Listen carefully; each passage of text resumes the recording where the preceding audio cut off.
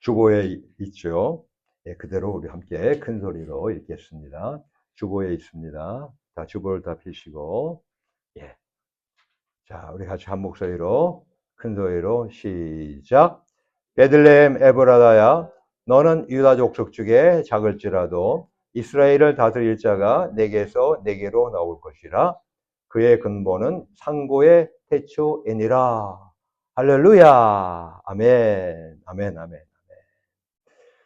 꾀보다 구주 예수님 오셨네. 그죠? 예? 만 백성 맞으라. 할렐루야. 예, 맞아요. 자, 근데 이 땅에요. 구원주로 오신 예수님이 작고 초라한 그런 마을 베들레헴에서 태어나셨습니다. 예. 아니, 이 땅에 구원주로 오셨으면은 빵빠레가 울리고 뭐 완전히 일어 난리가 없을 거 아니겠어요. 그죠? 이런 축하할 일이 없을 거 아니겠어요. 맞죠? 예? 온 백성 맞아라. 기쁘다 구주 예수님 오셨네. 할렐루야 하면 그잖아요. 그죠? 근데 막상 구원주로 오신 예수님이요. 아주 작고 초라한 마을 베들레헴에서 태어나셨던 것입니다. 예? 이 베들레헴은요, 구약에서부터 있어온 유대 마을이었죠. 근데 구약 성경에 43번 이름이 나옵니다. 그런 베들레헴이요. 신약에 들어오면은 예수님의 탄생과 함께 다시 8번 등장을 합니다. 자, 우리 하나님은요, 예수님의 탄생지로서 이 베들레헴이 아닌 작고 초라한 그런 곳이 아니라 성전이 있는 큰 도시, 수도 예루살렘을 택하실 수도 있지 않았을까요? 그렇죠. 그죠? 예? 왜냐면 놀라운 큰 구원주니까 말입니다. 그렇죠? 예? 근데 그럼에도 이 하나님은요, 왜 구세주 예수님을 유대 땅에서 작은 마을인 베들레헴에서 태어나게 하셨을까요? 첫째 이유는 바로 이 베들레헴이 이스라엘의 왕이었던 다윗의 고향이었기 때문입니다. 그래서 베들레헴은 예부터 중요한 장소로 여겨졌어요. 그리고 그 메시아의 탄생지가 될 만큼 상징적인 의미가 있었습니다. 다윗은요, 아버지 이새와 함께 온 식구가 베들레헴에 살았어요. 그래서 그거를 사무엘상 16장 18절이라던가 아니면 사무엘상 17장 58절이라던가 그리고 누가복음 2장 4절 또 요한복음 7장 42절 등등에서 많이 기록을 하고 있잖아요. 베들레헴 사람 이새의 아들, 베들레헴 사람 이새의 아들, 베들레헴이라 하는 다윗의 동네로 그리스도는 다윗으로 또 다윗 살던 촌 베들레헴에서 나오리라 등등등. 바로 이 다윗 왕의 후손으로 영원한 왕 대신 메시아가 오셔야 했기 때문에 예수님은요, 다윗 왕의 동네 베들레헴에서 탄생하셨던 것입니다. 아멘. 다음에 두 번째 이유는 뭐냐면 예수님 탄생지에 대한 예언이 성취되어야 하기 때문에 그렇습니다. 오늘 본문에 보니까 분명히 베들레헴 너는 유다 족속 중에 작을지라도 그러면서 이스라엘 다스릴 자 지금 메시아 아니겠어요? 그가 나올 것이라고 하는 거 아닙니까? 근데 그의 근본이 상구의 태초엔이라니까 뭐예요? 바로 하나님의 뜻 아니겠어요? 그렇죠? 예. 그래서 이 선지자 미가는요, 이 메시아인 예수 그리스도가 베들레헴에 태어날 것이라고 예언했습니다. 근데 이는 예수님의 탄생을 예언한 아주 중요한 사건이었죠. 그렇죠? 그리고 성경은 이 예언이 베들레헴에서 성취되었음을 정확히 기록하고 있습니다. 헤로드 왕 때 예수께서 유대 베들레헴에서 나심에 동방으로부터 박사들이 예루살렘에 이르러 말하되 마태복음 2장 1절 말씀입니다. 당시에 성령님으로 인해 잉태된 예수님의 어머니 마리아는요, 요셉과 정혼한 사이였죠. 그리고 요셉은 나사렛에서 목수일을 하며 살고 있었습니다. 그때 로마 황제 아우구스토가 세금 징수를 위한 목적으로 호종령을 내렸어요. 때문에 그들은 해산할 기한이 임박했음에도 어쩔 수 없이 원래 고향인 베들레헴으로 오지 않으면 안 되었습니다. 이처럼 로마 황제의 호정령과 나사렛에서 베들레헴으로 어쩔 수 없이 여행하는 것, 그리고 해산 기일이 임박한 마리아의 상태 등 그런 일련의 사건들은요, 모두 선지자를 통해서 예언된 메시아의 탄생이 베들레헴에서 이루어지기 위한 하나님의 섭리에 따른 움직임이었던 것입니다. 자, 여러분들 통일교 교주가 누구죠?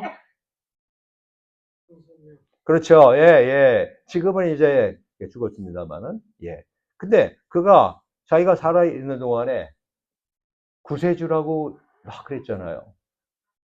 근데 구세주면은 죽으면 다시 또 살아나야 되는 거 아니에요? 근데 지금 그냥 죽었어요. 그죠? 예? 근데 그가 살아있는 동안에 거짓말하고 있다는 것을 우리가 어떻게 알 수 있어요?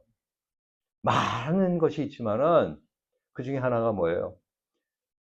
그가 태어나고 보니까요, 이스라엘 나라의 베들레헴이 아니었어요. 분명히 구세주는 어디서 태어난다고 그랬어요? 베들레헴에 태어난다고 그랬잖아요. 근데 문선명이가 베들레헴에 태어났습니까? 아니었죠. 한국이었죠.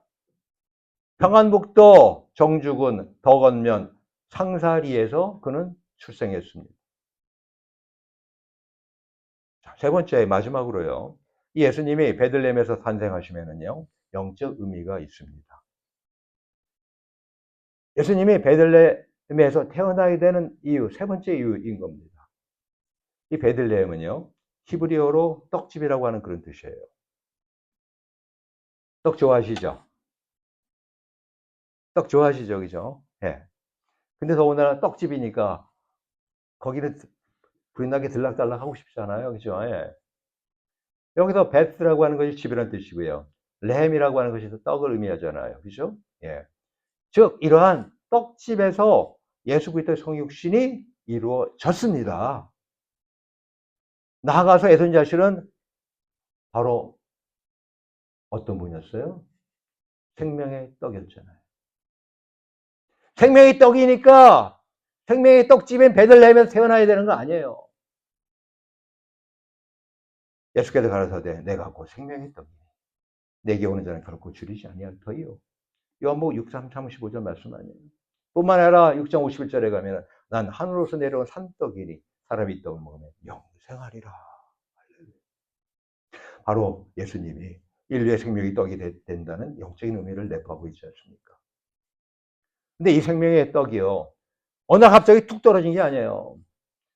성경은 우리가 얼마나 논리적이고 얼마나 대단한 책인지는 우리가 아셔야 되는 것은 예언된 것이 없는 가운데서 어떤 사건이 벌어지게끔 하지 않았어요. 미리 기록된 것이 없는데 일어났어. 그러고 난 다음에 이거는 옛날부터 있던 거야 라고 주장하면 그걸 누가 믿어요? 믿을 수 없잖아요. 근데 옛날에 이미 다 기록이 돼 있어서 다 예언했어. 그런 같은 것들이 있을 것이다. 근데 그것이 다 이루어지게끔 기록한 것이다. 그게 신약 아니에요? 구약은 뭐야? 앞으로 이루어질 것들을 다 예언한 거고요. 그죠? 예. 예. 그래서 이 구약에서도요, 이 생명의 떡에 대해서 알려주고 있어요. 미리미리. 그림자로서, 하나의 표상으로서 말입니다. 이 생명의 떡은요, 애굽에서 자유를 찾아 탈출하던 유월절로부터 상징화되었는데요. 보다 구체적으로. 히브리 백성들은요, 이 양의 삐를 문설주에 발랐어요. 그리고 누룩을 넣지 아니한 떡을 준비했습니다. 출애굽기 12장 잘 나와 있잖아요. 그죠? 자, 출애굽기 12장을 읽으신 분들은 이 시간에 아멘 해보시기 바랍니다. 그렇죠. 출애굽기 12장 읽어보셨죠? 그죠? 예. 예. 근데 아멘 못하시는 분은 아직 성경을 한 번도 못 읽으셨다는 뜻이야. 예. 근데 보니까 거의 다 읽어보신 것 같아요. 예. 근데 이 떡과 피는요, 이 광야 40년 동안에는요, 만나와 생수로 현시되었습니다. 그게 이제 고린도전서 10장 3절과 4절 말씀 아닙니까? 때문에 예수님은요, 자신을 광야에서 내린 만나와 비교를 하셨던 것입니다. 예? 너희 조상들은 광야에서 만나를 먹어서 죽었거니. 와, 요한복음 6장 49절 말씀 아니에요? 드디어 예수님 때 이르러서 떡과 양의 피가요, 바로 예수님의 살과 피로 표현되었잖아요. 예? 요한복음 6장 54절과 58절 보면 정확히 다 나와 있습니다. 나중에 여러분들이 제가 요약한 거 보내드릴 때, 내지는 여러분들이 다시 한번 동영상을 유튜브를 통해서 시청하실 때 반드시 성경책을 펴서 확인해 보세요. 예? 최후의 만찬에서 이 떡과 포도주로 상징화되었잖아요. 그리고 이러한 상징들은 모두 어때요? 모든 사람을 죄에서 해방하여서 영원한 자유를 보장하는 십자가의 대속적 죽음으로 완성되었지 않습니까? 이처럼 이 생명의 떡으로서 하늘에서 내려와 떡집 베들레헴에 나셨던 예수 그리스도는 참된 양식으로서 그 일생을 또한 사셨던 것입니다. 할렐루야. 또 우리 구약 성경에 보게 되면요, 룻기라고 하는 자그마한 성경책이 있습니다. 거기에 베들레헴 사람 보아스가 등장을 합니다. 근데 그가 이 대가 끊긴 나오미의 가정을 구원하는 기업 물을 자였어요. 룻기 3장 13절에 기록되어 있는 말씀 아니에요. 근데 이 보아스는요, 이방인 룻과 결혼하여서 오벳을 낳았어요. 그리고 영광스러운 예수 그리스도의 족보를 있게 하였습니다. 룻기 4장 21절과 22절입니다. 뭐라고요? 살몬은 보아스를 낳았고, 살몬? 와, 이거 연어 말하는 거예요, 연어? 살몬은 보아스를 낳았고, 보아스는 오벳을 낳았고, 오벳은 이새를 낳았고, 이새는 다윗을 낳았더라. 이 베들레헴 사람 보아스가요, 온 인류 모든 죄인들의 기업 물을 자, 즉 구원주인 예수님의 예표였습니다. 할렐루야. 예? 자, 이 같은 여러 이유들로 예수님은 반드시 다른 곳이 아닌 베들레헴에서 나셔야 했던 것입니다. 그런데 이러한 예수님의 베들레헴 탄생의 의미를 보다 확실하게 한 장면으로 보여주는 장소가 있습니다. 그 장소는 과연 어디였을까요? 예? 어디였을 거라고 생각하십니까, 여러분?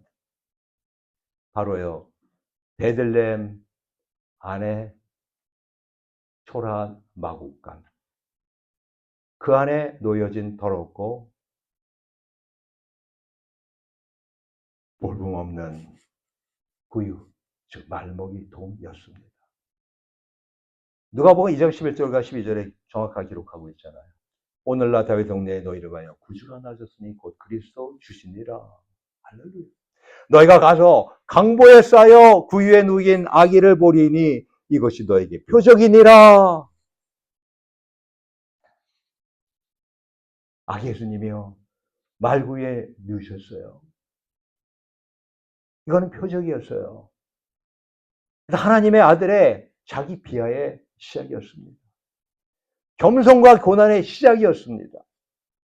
그는 모든 인류를 죄악으로 인한 고통으로부터 구원하시기 위해서 가장 비천한 삶으로부터 시작하셨습니다. 우리 빌립보서 2장 6절과 8절 중반에 나와 있는 말씀, 우리가 잘 알잖아요. 그는 근본 하나님의 본체시나 하나님과 동등됨을 취할 것을 여기지 아니하시고 오히려 자기를 비어 종의 형체를 가져 사람들과 같이 되었고 사람의 모양으로 나타나셨음에 자기를 낮추시고, 바로 이 그리스도의 성육신은요, 신비 중의 신비입니다. 기적 중의 기적이죠. 그렇죠? 지전과 영광의 하나님이 천하고 천한 말구에 누셨다는 것은요, 모든 사람을 섬기며 구원하는 구주가 되기 위한 첫 걸음이었다는 것입니다. 여기에 특히 표적이라고 하는 세메이온이라고 하는 헬라어를 사용하는데, 이거는 여러 표적 중에 하나를 말하는 것이 아니에요. 이런 많은 것 중에서 하나가 아니에요. 오직 하나인 표적이라는 뜻입니다. 그래서 원문은요, 구유에 누이신 것을 토 세메이온이라고 언급하고 있습니다. 그 표적이라고 언급하고 있는 겁니다. 당시 이 베들레헴에 갓 태어나 강보에 쌓인 아기는 여럿일 수 있습니다. 그러나 강보에 쌓여서 말먹이통 구유에 누인 아기는 오직 누구? 오직 아기 예수님 뿐이었어요. 바로 이것이 베들레헴에 태어나신 구주를 드러내는 그 표적이었습니다. 놀랍죠? 자, 그러면 오늘날 누가 예수 그리스도 구주의 영혼육 전인 구원을 체험할 수 있을까요? 자, 한번 물어보겠습니다. 여러분들 지금 이러저런 고통 가운데 있죠? 자, 다들 저를 보세요. 다 저를 보세요. 여러분들 지금 인생 살면서 지금 다들 힘들고 어려운 가지 지내고 있죠? 종류가 다를 뿐이지, 정도가 차이가 있을 뿐이지, 다 지금 어려운 가운데 지내고 있죠? 특히 죽음이라고 생각하면 공포가 몰아치기도 하고, 내 수중에 돈이 없으면은 나는 이제 굶어 죽을 거라고 생각하는 그러한 두려움이 있고, 내 건강, 아이고, 밖에 날씨 추운데, 나 이러다 나가다가 감기 걸리고, 그런 다음에 폐렴 걸려가지고, 그 다음에 병원에 실려갔다가, 그러고도 죽으면 어떡해. 별의별 염려 걱정 사람들 있지 않습니까? 그렇죠. 예? 근데 거기서 여러분들이 구원받는다는 생각해 보세요. 할렐루야 아닙니까? 그죠? 예? 오죽하면요. 제가 오늘요. 여기 앞에 우리 김박 입사님 계십니다만은. 김박 입사님 제가 픽업하러 갔는데요. 김박 입사님이 보통 때 앉아있는데 안 계세요. 근데 오늘따라 사람들이 많이 있어요. 예, 그 라비에.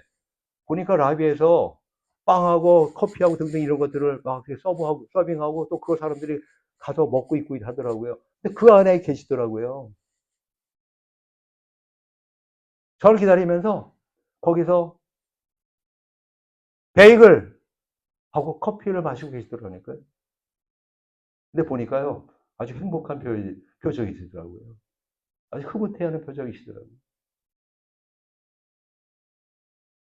배고팠는데, 아이고, 잘 됐다. 아무것도 아닌 것 같은데, 거기서 잠시라도 뭔가 벗어나면은, 와, 좋아하는 것이 우리 인간의 속성 아닙니까?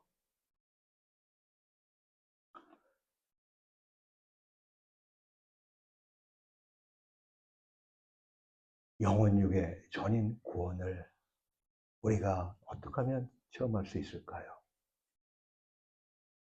빵 문제, 사람과의 관계 문제, 또 질병 문제, 등등등 여러 문제들. 거기서부터 건져을 받을 수 있는 놀라운 체험을 어떻게 하면 할 수 있을까요? 더 나아가서 계속해서 주님의 긍휼을 입고 실생활 가운데 구원의 은총을 덧입고 계속해서 살아갈 수 있을까요? 즉 은혜 중에 은혜를 입으면서 계속해서 살아갈 수 있을까요? 오늘날 혹시 갓난아기 예수님이 누이셨던 더럽고 초라한 말먹이통이 보이십니까?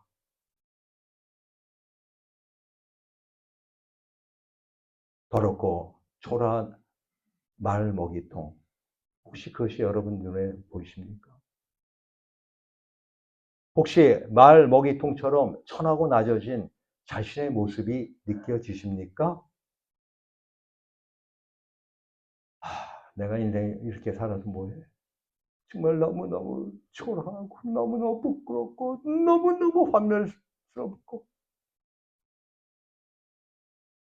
내가 꼭 이렇게 살아야 되나? 내가 이런 수모를 겪으면서 내가 살아야 되나?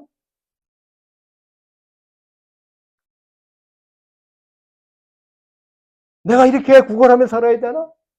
내가 이렇게 사정사정하며 살아야 되나?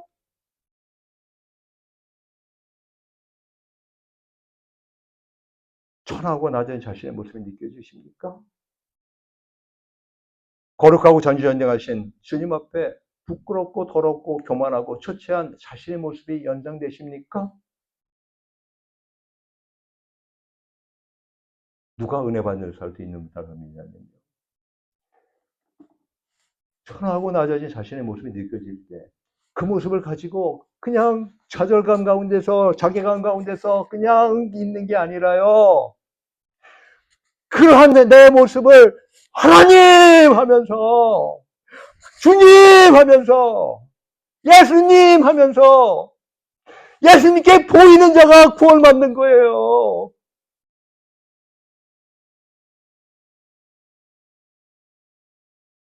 예수님을 부르면요, 어떠한 문제라고 어떤 처지의 형편이라도요, 놀랍게 거기서 반전되는 걸 느껴요. 체험하게 돼 있어요.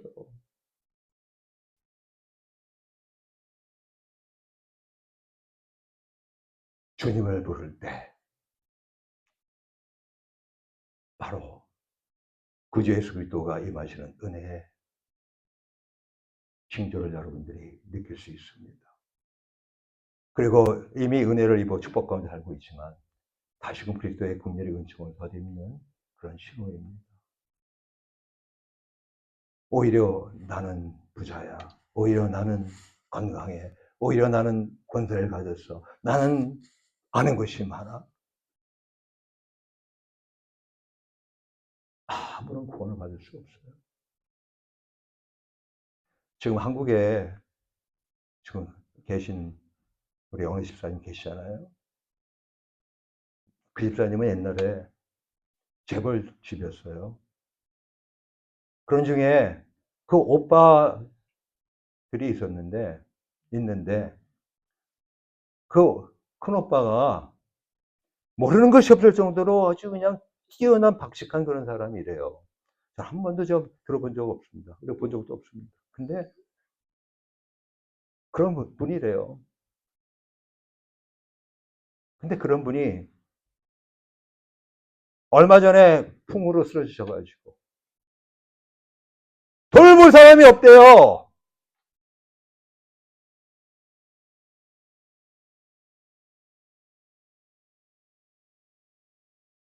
돈 많은 집에서 태어나가지고 돈 많이 흥청증 쓰면서 하는 그런 하면서 자라고 그리고 성장하고 뿐만 아니라 그리고 나름대로 20대, 30대, 40대 이렇게 쭉 지내왔던 사람이 풍을 맞고 아무도 도와줄 사람이 없대요. 그래서 우리 여집사님이 80이 넘으신 몸에도 불구하고 한국으로 간 거 아닙니까? 그 큰 오빠를 도와주려고.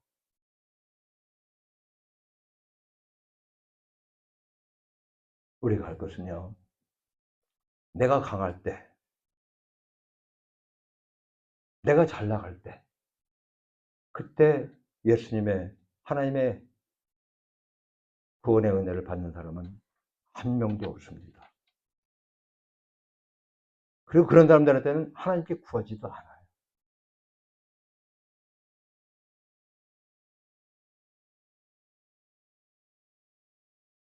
오히려 자신이 초라하고 도무지 어떻게 할 바를 모르는 그런 가운데 있는 자신의 모습이 느껴질 때 바로 그때가 예수님의 생애처럼요. 가난과 비천함이 거룩함과 풍요함, 축복과 영광으로 승화되는 시발점입니다. 이 시간에 잠깐 제가 사진 확정을 보내드릴 텐데 어쩌면 한 장만 보여주고 말지 모르겠지만요. 예, 잠깐 보시겠습니다. 앞에 스크린 한번 봐주세요.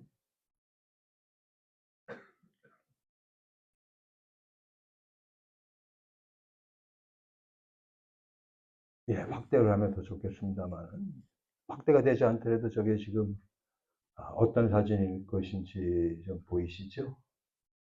그죠? 예. 그러죠? 예. 저게 베들레헴 탄생교회라고 하는 교회가 있어요. 더 처치 오브 네이티비티라고 하는 교회가 있습니다. 교회가 웅장해요. 예, 저도 가봐도 알아요. 예. 좋아요. 바로 그 교회에 성탄을 맞이해서 저렇게 크리스마스 트리 점등식을 하고 있는 가운데 있는 사진입니다. 저 사진이요. 얼마나 보기가 근사하고 좋아요. 그죠? 근데 예수님 탄생교회, 그 교회에 웅장한데 그 교회에 들어가는 입구가 단 한 군데입니다. 근데 그 입구가 어떻게 생겼는지 한번 잠깐 보시겠습니다. 그 다음 점. 예. 자, 보세요. 지금 이렇게 벽이 있는데요. 거기에 이렇게 구멍이 난 것 같은 저게 문이에요. 근데 보니까 사람이 들어가는데 두 사람 들어가요? 안 들어가죠. 한 사람만 들어갈 수밖에 없죠. 그죠? 그것도 뚱뚱한 사람 못 들어갈 것 같아요. 그죠? 네. 근데 이 사람이 걸어 들어갑니까? 아니면 어떻게 하면 들어갑니까? 숙이고 들어가죠? 예? 저게 1m밖에 안 된대요. 높이가. 저 문을 이름하여 겸손의 문이라고 합니다. 겸손의 문. 저 안으로 계속 들어갔습니다. 그러면서 거기에 이제 예배당이 하는 가운데 그 밑에 지하로 가게 되면 거기에 뭐가 있냐면 그 다음 사진이요. 웬 여자분이 저렇게 누워서 지금 기도하고 있죠. 근데 거기 뭐 안에가 뭔가 있는 것 같죠, 그죠? 예. 거기 보면 이게 별이 있어요. 별이 이렇게 그려져 있어요. 그 바닥에. 바로 저기가 어디예요? 저기가 예수님이 누웠던 말구유가 놓여졌던 자리라고 하는 곳입니다. 말구유, 예수님의 아기 예수가 누워있는 그 말구유, 거기에다 대고 지금 순례객들이 다 어쩔 수 없어요. 다 무릎 꿇지 않으면 안 돼요. 서도 볼 수가 없으니까. 그리고 허리도 굽히고 하면서 거기서 기도하고 보게 되는 겁니다. 자, 이제 다시 불 켜주시고, 예. 사진 이제 다 봤습니다.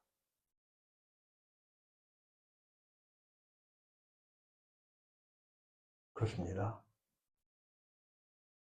우리 인생의 구주 예수님을 진정 만나기 원하십니까?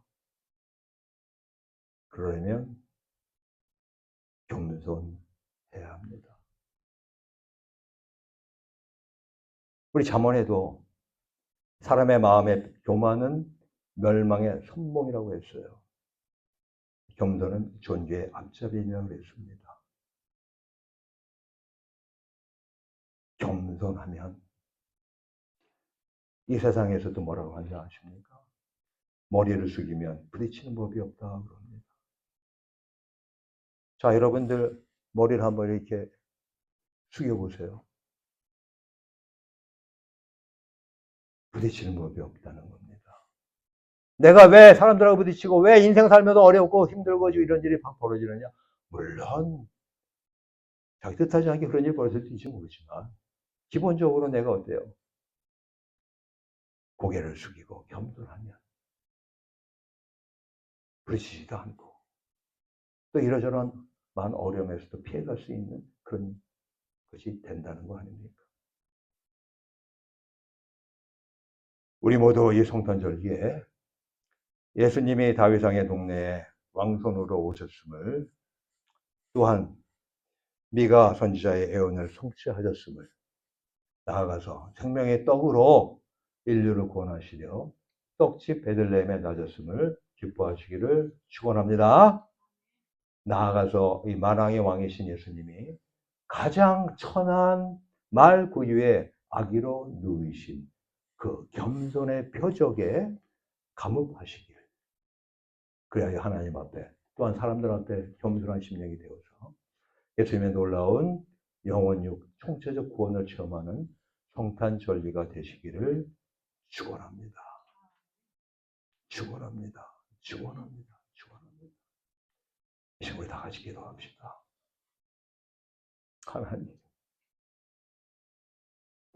하나님, 우리 인생들이 얼마나